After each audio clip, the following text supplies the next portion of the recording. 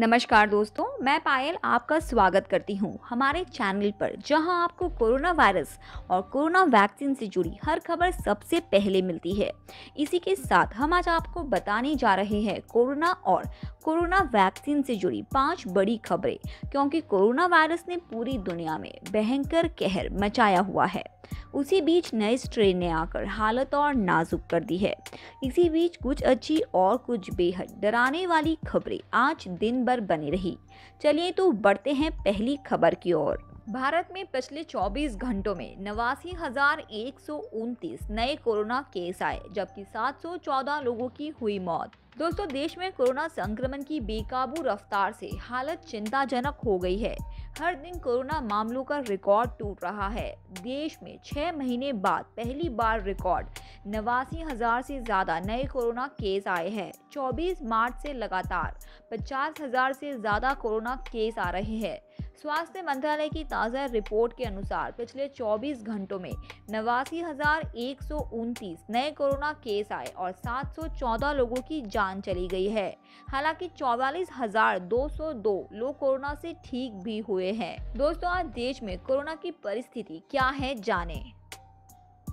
कुल corona case है 1,23,92,260, जबकि कुल डिस्चार्ज है 1,15,69,241।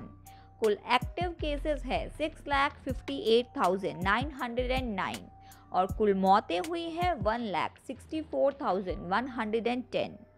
दूसरी खुराक के 6 महीने बाद लगेगा कोरोना का तीसरा टीका। बूस्टर डोज के ट्रायल को एसईसी ने दी मंजूरी।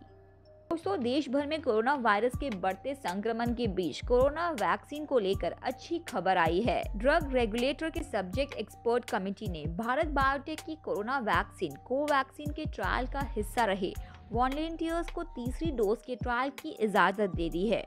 बता दें कि हैदराबाद स्थित कंपनी ने ड्रग रेगुलेटर के पास 2 डोज के बाद तीसरी यानी बूस्टर डोज के ट्रायल के लिए प्रस्ताव भेजा था।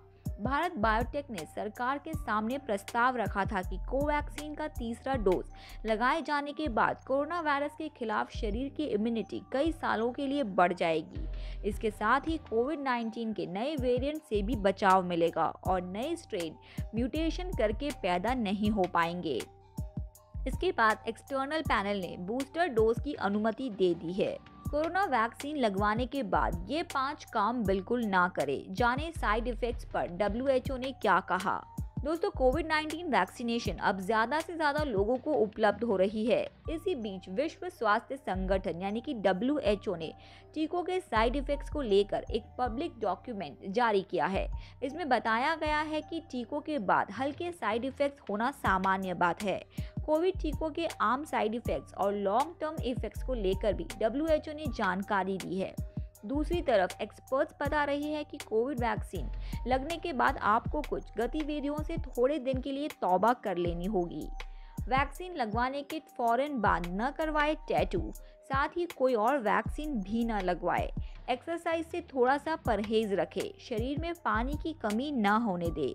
वैक्सीन सर्टिफिकेट संभाल कर रखे। 6 महीनों के टॉप पर कोरोना का कहर। देश में कई शहरों में लगा लॉकडाउन। जाने क्या कहां पाबंदियां होगी। पहले केरल और उसके बाद महाराष्ट्र में बढ़ते मामलों से देश में कोरोना महामारी की दूसरी लहर के जो संकेत मिले थे, पंजाब, मध्य प्रदेश, छत्तीसगढ़, कर्नाटक और गुजरात समेत कुछ राज्यों में मरीजों की संख्या में आए उछाल ने उसकी पुष्टि कर दी है। हालात बयां कर रहे हैं कि वैश्विक महामारी की दूसरी लहर पहली से भी ज्यादा संक्रामक है। फिलहाल थोड़े सुकून की बात यह है कि दूसरी लहर अभी तक ज्यादा घातक नजर नहीं आ रही। इसी बीच राज्य सरकार कोरोना के बढ़ते मामलों के बीच कई जगह लॉकडाउन लगाने का फैसला कर चुकी है। मध्य प्रदेश के 4 जिलों में आज रात से फुल लॉकडाउन। वो जिलों में छिंदवाड़ा, बैतूल, खरगोन और रतलाम। छत्तीसगढ़ के दुर्ग जिलों में 6 अप्रैल से कंप्लीट लॉकडाउन। महाराष्ट्र के पुणे में लगा आंशिक लॉकडाउन।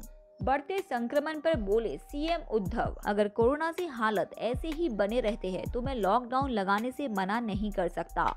महाराष्ट्र में कोरोना से हालत बिगड़ती जा रही है। इसी बीच शुक्रवार को मुख्यमंत्री उद्धव ठाकरे ने लॉकडाउन लगाने के संकेत भी दिए। उन्होंने कहा, महाराष्ट्र में लोग डरे हुए हैं। अगर कोरोना से हालत ऐसे ही बने रहते हैं तो मैं लॉकडाउन लगाने से मना नहीं कर सकता। उन्होंने कहा कि अगले कुछ दिनों में हम महाराष्ट्र में सख्ती बढ़ाने जा रहे हैं। सीएम उद्धव ठाकरे ने कहा कि कुछ लोग हैं लॉकडाउन लगाने का विरोध कर रहे हैं। उन्होंने उद्योगपति आनंद महिंद्रा पर तंज कसते हुए कहा, एक उद्योगपति कह रहे हैं कि लॉकडाउन लगाने की बजाय सरकार को स्वास्थ्य सुविधाएं बेहतर करने पर ध्यान देना चाहिए। इस पर मेरी उन लोगों से सिर्फ इतनी ही गुजारिश है कि वो मुझे डॉक्टर ला कर दे, मुझे ऐसे लोग ला कर दे जो काम कर सके। तो दोस्तों, ये थी कोरोना वायरस और कोरोना वैक्सीन पर आज की 5 बड़ी खबरें। यदि आपको न्यूज़ अच्छी लगी हो तो वीडियो लाइक करें और अपने विचार हमें कमेंट में लिख के बताएं। चैनल को सब्सक्राइब करना ना भूलें और ऐसे ही कोरोना और कोरोना वैक्सीन से जुड़ी अन्य खबरों के लिए आप हमारे चैनल पर जाकर देख सकते हैं। धन्यवाद।